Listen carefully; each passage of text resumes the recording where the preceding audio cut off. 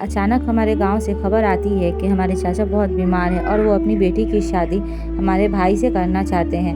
तो इसीलिए हम आनन फानन से गांव चले गए और वहां जाके आनन फानन से भाई की शादी हो गई गुलशन आरा से। गुलशन आरा भी हमारे साथ हमारे ताया के घर चली आई क्योंकि उसे भी शहर में घूमने का बड़ा शौक था। शहर आते ही उसकी मुलाकात सिम्मी से हुई, जिसके बारे में हमारे भाईजान उससे अक्सर कहा करते थे। सिम्मी को देखकर इस तरह से जल गई जैसे कि वो उसकी सौतन हो। दिन उसने सिम्मी को बुलाया और सिम्मी से कहा, तुम यहाँ क्यों आती हो? नसीर से तुम इतनी ज़्यादा बातें क्यों करती हो? तुम्हारा उससे क्या रिश्ता है? तुम्हारे जैसे गरीब लोग अमीरजादों को देखते नहीं और अब मुँह उठाकर चले आते हैं। आखिर तुम्हें ऐसा कौन सा काम पड़ता है जो सिर्फ वही कर सकता है और तुम मुझसे यही कह सकती हो? मुझसे क्यों नहीं कह सकती? आखिर मैं तो उसकी बीवी हूँ, मुझे उससे जुड़ी हर बातें जानने का पूरा हक है।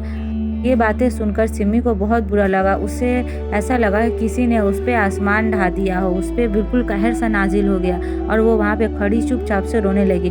मैं वहीं पे खड़ी होकर ये सारे तमाशे देख रही थी और मुझे बहुत बुरा लगा कि आखिर गुलशन किस तरह से बात कर रही थी। हमारी ताई जान भी वहीं पे खड़ी हुई उसे सुन रही थी और उन्हें गुलशन आरा के तल्ख मिजाज का पता लग गया। वो समझ गई कि ये घमंडी लड़की है और इसका जहन बिल्कुल भी अच्छा नहीं है।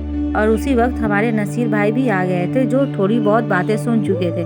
उन्होंने सिम्मी को रोकने की कोशिश की कि वो ना जाए, लेकिन सिम्मी कहाँ किसी का सुनती। आखिर उस पर इतने बुरे तरीके से इल्ज़ाम जो लग चुके थे। तो बेचारी गरीब लड़की थी, उसका ऊपर नीचे कोई नहीं था, सिर्फ वो अपने दादा दादी के साथ रहती थी और उस पर से उसकी इज्जत नफ्स पे इतना बड़ा वार वो बिल्कुल सह न सकी और दौड़कर अपने घर चली गई। उस दिन का वाकया और उसके बाद सिम्मी कभी नहीं दिखी। हम छत पे जाते कई बार, लेकिन वो सिम्मी कभी ना आती। भाई भी बड़ी हसरत से छत की तरफ देखते, लेकिन उन्हें भी सिम्मी नज़र नहीं आती। इधर भाभी भी अपने मायके चली गई थी और उन्होंने जाके वहाँ पे गांव में सबसे कह दिया कि हमारे नसीर भाई उस सिम्मी से फंसे हुए हैं, इसलिए वो इस शादी को निभाने में बिल्कुल भी इंटरेस्टेड नहीं थी और उन्होंने भाई से तलाक का मुतालबा किया। अब इसके बाद नसीर भाई भी उसे तलाक देकर उसे आज़ाद कर चुके थे, लेकिन हम लोग इधर सिम्मी को भूल नहीं पाए थे। इधर भाई का एग्ज़ाम होने वाला था, इसके बाद उसे एक अच्छे कॉलेज में दाखिला मिल जाता, लेकिन खुदा का करना ऐसा हुआ कि उसका एग्ज़ाम तो हुआ पर उसके उतने अच्छे नंबर ना आए कि वो उधर दाखिला ले सका। तो फिर भी हम लोग खुश हो गए कि चलो भाई अब हमारे ही साथ रहेगा, लेकिन हमारे दिल में अभी भी सिम्मी कहीं ना कहीं रहती है। हमें बहुत तकलीफ़ हो रही थी कि आखिर वो कहाँ गई। आखिर उसे हमारी बातों का इतना बुरा लगा कि वो जगह ही छोड़ के चली गई, अपना काम छोड़ कर चली गई। जिस काम की उसे सबसे ज़्यादा सख्त ज़रूरत थी वो उसने उसी को ही खैरबाद कर दिया। हम बहुत परेशान से थे। एक दिन हम दोनों भाई बहन ने फैसला किया कि हम खान साहब के घर जाएंगे और सिम्मी के बारे में पता लगाएंगे। हम खान साहब के घर गए और वहाँ उनसे बातों ही बातों में सिम्मी का जिक्र कर दिया और उनसे पूछा कि सिम्मी कहाँ गई। तो उन्होंने कहा कि सिम्मी अब यहाँ नहीं रहती, वो अब अपने घर चली गई है अपने दादा दादी के साथ, अब वो यहाँ कभी नहीं आना चाहती है। ये सुनकर मानो हमारा दिल बिल्कुल बैठ सा गया था।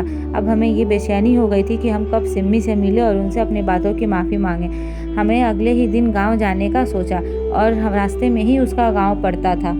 हम रास्ते में ही बस से उतर गए और उसका पता पूछते पूछते उसके घर को पहुँचे। वहाँ पहुँचते ही दरवाजे पे हमें उसके दादा दिखे। हमने उनसे पूछा कि सिम्मी कहाँ है, तो दादा ने बहुत ही खामोशी से जवाब दिया कि वो वहाँ बाग में खेल रही है। तो हम लोग बहुत खुश हुए कि चलो सिम्मी ठीक है। हम लोग जब वहाँ गए तो वहाँ पे आम का एक बागीचा था जिसमें एक छोटी सी कब्र बनी हुई थी। उसे देखकर हम समझ गए कि ये सिम्मी की ही कब्र है। इसे देख के हमारा दिल जोरों से धड़का और हमसे सहा न गया। हमने पलट कर देखा, वहाँ पे सिम्मी के दादा भी आ ही रहे थे। जब हमने उनसे इसके बारे में पूछा तो उन्होंने कहा, पता नहीं बेटा इसे क्या हुआ, तुम्हारे घर से रोती हुई आई। उस दिन से पेट का दर्द का बहाना करके दिन भर सोई रहती।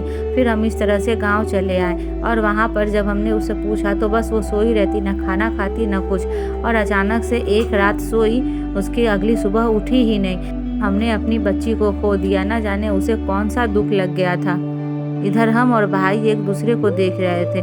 उस लड़की ने अपनी इज्जत की खातिर अपना दम तोड़ दिया, लेकिन उस पे आँच ना